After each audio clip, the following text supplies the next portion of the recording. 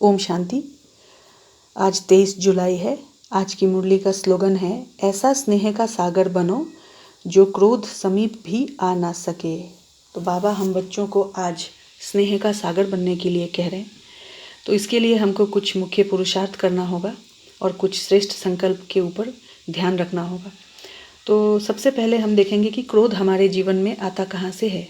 तो क्रोध का संबंध संपूर्ण बाहरी जगत से है। हमारे अंदर क्रोध होता नहीं है। हम क्रोध करते हैं क्योंकि किसी न किसी व्यक्ति के कारण या परिस्थिति के कारण या स्वभाव संस्कार के कारण या किसी संबंधों के कारण हमको क्रोध आ जाता है।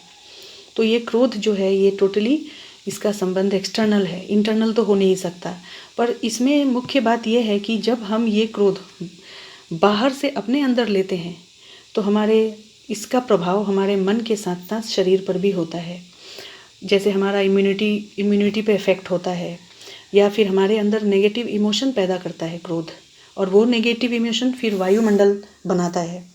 तो इसके लिए हमको जो बाबा कहते हैं कि ये जो पुरुषार्थ हमें बता रहे हैं आज बाबा मुरली में कि कुछ मुख्य बातों का ध्यान रखने के लिए कह रहे हैं, वो है कि जैसे देह अभिमान के लिए बाबा कह रहे हैं कि हमको देह अभिमान छोड़ना होगा, अपनी खान पान और चलन को रॉयल रखना होगा और पवित्रता के ऊपर मुख्य अटेंशन देना होगा। तो बाबा हम बच्चों को मास्टर इसका विधि बताते हैं कि मास्टर स्नेह का सागर बन जाओ।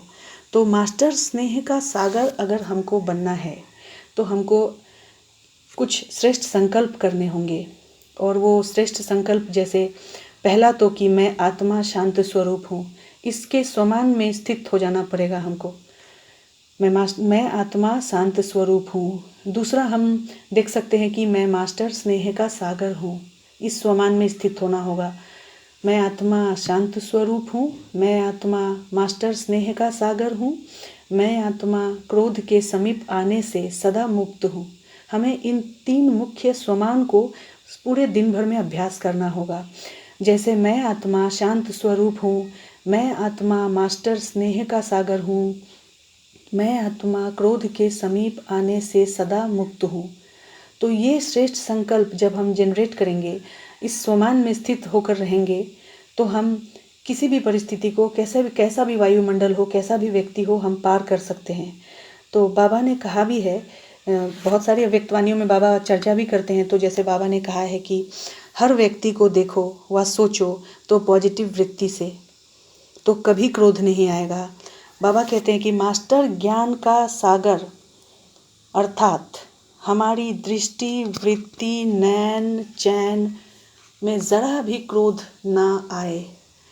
चाहे कुछ भी हो जाए, सारी दुनिया आप पर क्यों ना क्रोध करे, लेकिन मास्टर स्नेह के सागर दुनिया की परवाह नहीं करते।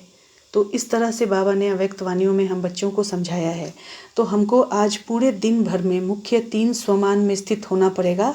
मैं आत्मा शांत स्वरूप हूँ, मैं मास्टर स्नेह का सागर हूँ और मैं आत्मा क्रोध के समीप आने से सदा मुक्त हूँ।